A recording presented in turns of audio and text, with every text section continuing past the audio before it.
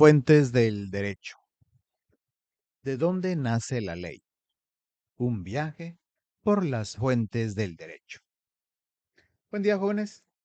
Hoy vamos a platicar sobre un tema que suena serio y hasta lejano, pero en realidad está metido en cada momento de nuestra vida diaria, aunque no siempre nos demos cuenta. Antes de decirles el tema, quiero que piensen algo sencillo. Cuando en su casa se ponen de acuerdo para repartirse el trabajo, cuando en su comunidad se organiza una faena o se respeta un turno para el agua de riego, cuando eligen una autoridad local o simplemente cuando cruzan la calle esperando en el semáforo, en todos esos casos se está siguiendo una regla.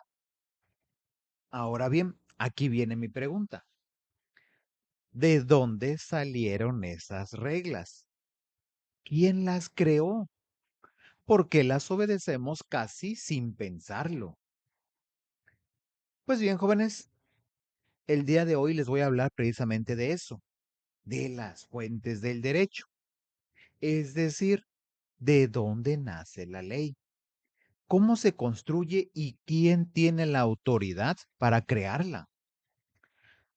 Al final de este video, ustedes van a poder explicar con claridad de dónde viene cada norma que nos rige como sociedad y se van a dar cuenta de que el derecho no es un invento aislado, sino el resultado de un largo camino histórico, social y humano. Lo que han dicho los grandes pensadores del derecho. Para entender este tema, quiero compartirles lo que algunos juristas más importantes de la historia han pensado sobre qué es una fuente del derecho. Un maestro mexicano llamado Fernando Flores García hizo una recopilación muy clara de estas ideas y se las voy a explicar porque cada uno nos aporta una pieza distinta del rompecabezas.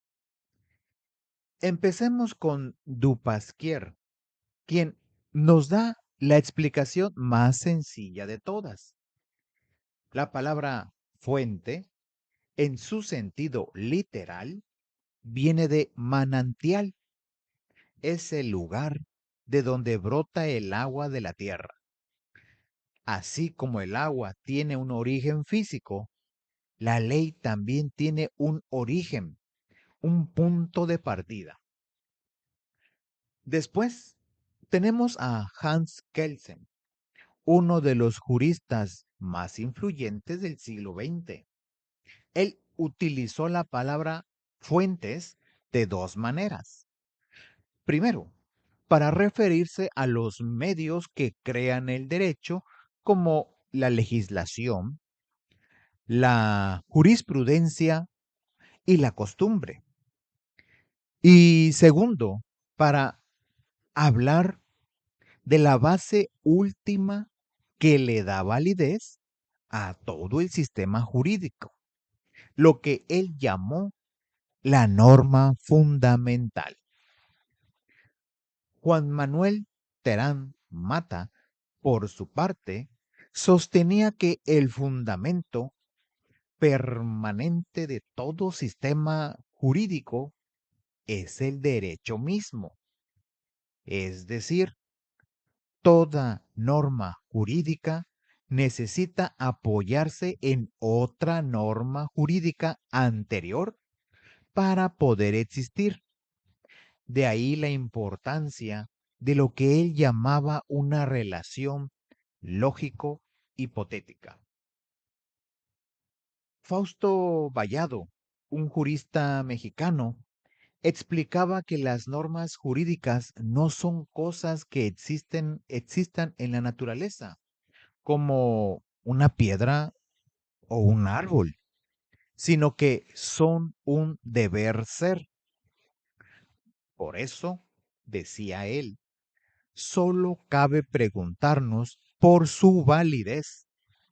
Y afirmaba una frase muy directa: solo el derecho es fuente del derecho. Giorgio del Vecchio proponía algo distinto. Para él, la fuente del derecho está en la naturaleza humana. Se necesita una voluntad social lo suficientemente fuerte y una fuerza histórica capaz de imponerse para que una regla se convierta en una norma jurídica que la sociedad respete. Francesco Carneluti iba directo al grano. La fuente del derecho es la sociedad misma, porque el derecho existe precisamente para disciplinar y consolidar la convivencia entre las personas. Y por último, Luis Recansens Siches planteaba 5 preguntas fundamentales. ¿Cuál es el fundamento de validez de las normas? ¿Cuáles son los mecanismos que más frecuentemente producen normas jurídicas, como la legislación, la costumbre o la jurisprudencia? ¿Cómo se elaboran realmente los contenidos jurídicos a partir de procesos sociales como la presión de la opinión pública o las transacciones políticas? ¿Qué órganos tienen competencia para crear derecho? ¿Y qué procedimientos son los más adecuados para su formación? Aquí, jóvenes, les dejo una pregunta para que la vayan reflexionando. Si ustedes tuvieran que explicarle a alguien de su familia en una sola frase y con sus propias palabras qué es una fuente del derecho, ¿qué le dirían? Las 3 grandes clasificaciones de las fuentes del derecho. Tradicionalmente, se dice que existen 3 grandes tipos de fuentes del derecho: las materiales, las históricas y las formales. Vamos a revisarlas una por una. Las fuentes materiales, también llamadas fuentes reales, son los hechos concretos de la realidad que vive una sociedad en un tiempo y espacio determinados. Hechos que hacen necesario crear una norma nueva, ya sea social, religiosa, moral o jurídica. Piensen en esto. Si en una comunidad empiezan a presentarse problemas graves, como el robo de cosechas, el mal uso del agua o conflictos por límites de terrenos, esos hechos reales son justamente la materia prima que obliga a las autoridades a crear una regla para resolverlos. En su guía didáctica nos dan ejemplos muy claros de fuentes materiales actuales. Les recomiendo que la revisen.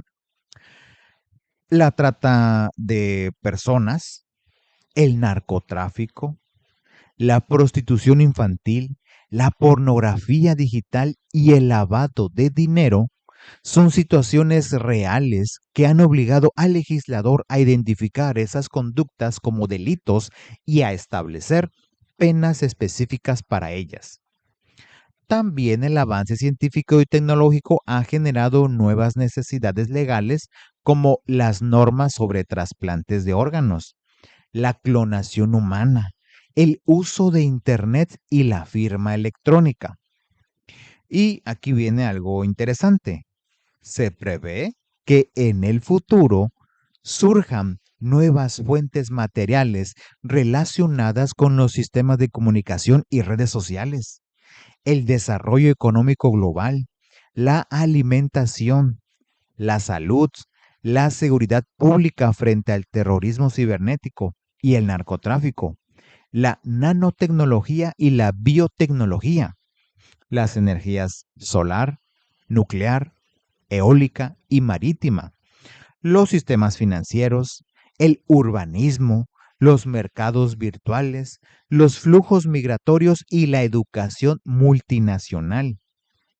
Es decir, la sociedad no deja de cambiar y el derecho siempre va detrás de ella, tratando de regular esas nuevas realidades.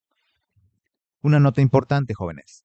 Cuando hablamos de nanotecnología, nos referimos a la tecnología que trabaja con materiales y estructuras a una escala tan pequeña que se mide en nanómetros, es decir, miles de veces más delgado que un cabello humano. Y la bionanotecnología es la rama que aplica ese conocimiento a la biología molecular para construir estructuras a escala nanométrica. Aunque suenen conceptos muy lejanos a nuestra realidad, ya se aplican hoy en día en áreas como la medicina de precisión y en el desarrollo de fertilizantes agrícolas más eficientes. Así que no están tan alejados de nuestra vida como parece.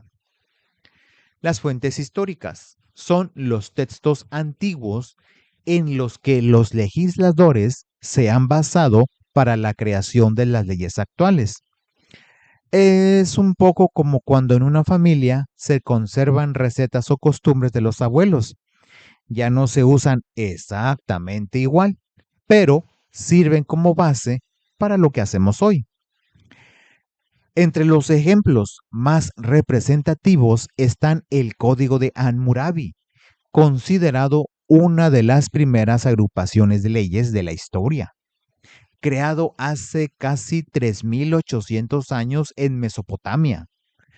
Las leyes de Indias, que rigieron durante la época colonial en América, y la Declaración de los Derechos del Hombre y del Ciudadano de 1789, surgida de la Revolución Francesa, que sentó las bases de los derechos humanos que hoy conocemos. Un dato curioso para compartirles. El Código de Hammurabi contenía 282 leyes talladas en una estela de piedra y muchas de sus ideas, como que quien causa un daño debe repararlo, siguen presentes de una forma u otra en nuestras leyes actuales. Las fuentes formales son los procesos legislativos concretos que dan origen a las leyes tal como las conocemos hoy. Y aquí es donde vamos a detenernos con más calma, porque son las que más directamente nos afectan en la vida diaria. Las fuentes formales una por una. La primera es la Constitución. Es la fuente de fuentes, la norma más importante de todo el sistema jurídico. Si el sistema jurídico fuera un árbol, la Constitución sería la raíz principal de la cual se alimentan todas las demás ramas del derecho. Todas las leyes deben respetarla y ninguna puede contradecirla. Además, contiene de manera directa derechos fundamentales como el derecho a la educación, a la salud o al agua, que las autoridades deben aplicar en la vida cotidiana. La segunda son los tratados internacionales. Durante mucho tiempo fueron vistos con cierta desconfianza en varios ámbitos jurídicos, pero hoy en día son una de las fuentes formales más importantes, sobre todo por la crisis de soberanía que viven muchos países y por el fenómeno de la globalización, que también impacta profundamente al derecho. México, por ejemplo, forma parte de tratados de derechos humanos, de comercio y de medio ambiente, incluyendo tratados comerciales que afectan directamente a actividades productivas como la agricultura y la exportación de productos del campo. La tercera es la ley, creada por órganos del Estado, específicamente por el Poder Legislativo. Quiero compartirles 7 razones por las cuales la ley sigue siendo tan importante en nuestros días. Primero, porque emana de autoridades elegidas por votación popular. Segundo, porque garantiza el principio de división de poderes. Tercero, porque evita la arbitrariedad de las autoridades, ya que solo pueden hacer lo que la ley les permite. Cuarto, porque hay materiales como los delitos, las penas y las contribuciones que únicamente pueden regularse a través de una ley, y a esto se le conoce como reserva de ley. Quinto, porque deben elaborarse evitando que se aplique de manera retroactiva. Sexto, porque previene disposiciones privativas que busquen perjudicar derechos de personas específicas. Y séptimo, porque supone un procedimiento deliberativo, público y abierto superior a otros procedimientos que carecen de ese nivel de transparencia. La cuarta fuente formal es la jurisprudencia, que puede entenderse de dos maneras: como ciencia del derecho o como los criterios que fijan los tribunales al resolver los casos que se les presentan. En México, la jurisprudencia tiene carácter obligatorio en los términos que establece la ley, y esto se fundamenta en los artículos 94, 99 y 107, fracción 13 de nuestra Constitución. Una nota importante, jóvenes. Quiero comentarles un dato actualizado sobre este tema. En años recientes, el sistema mexicano para crear jurisprudencia fue reformado. Actualmente existen 3 mecanismos para su creación: los precedentes obligatorios, la reiteración de criterios y la contradicción de criterios, lo cual sustituyó al antiguo sistema que se basaba únicamente en la repetición de varias resoluciones en el mismo sentido. Esto nos demuestra algo importante. El derecho no es una materia congelada en el tiempo, sino que se sigue actualizando constantemente conforme la sociedad lo requiere. La quinta fuente es el reglamento, que es una norma o conjunto de normas de carácter abstracto e impersonal expedida por el Poder Ejecutivo, con el objetivo de facilitar la exacta observancia de las leyes creadas por el Poder Legislativo. Es un acto de carácter administrativo y sirve como medio para la ejecución de las leyes. La sexta es la costumbre.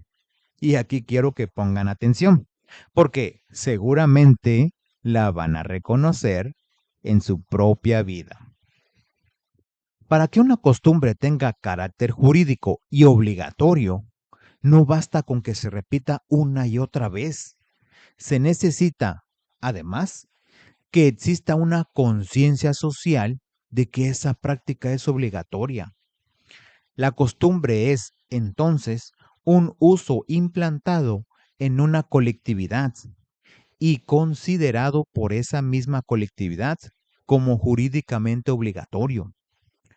Piensen, por ejemplo, en cómo se organizan las faenas comunitarias o el reparto tradicional de responsabilidades en muchas comunidades rurales de nuestro país.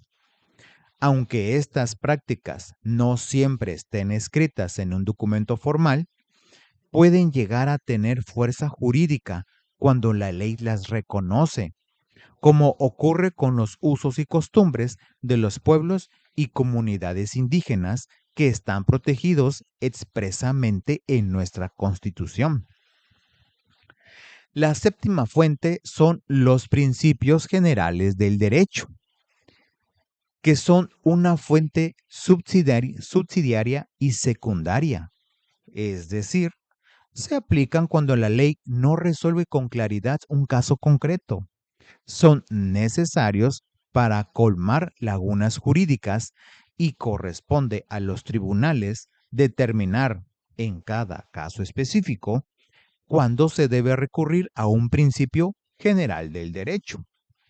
Y ya para cerrar, tenemos la doctrina y los procesos de creación de normas individualizadas.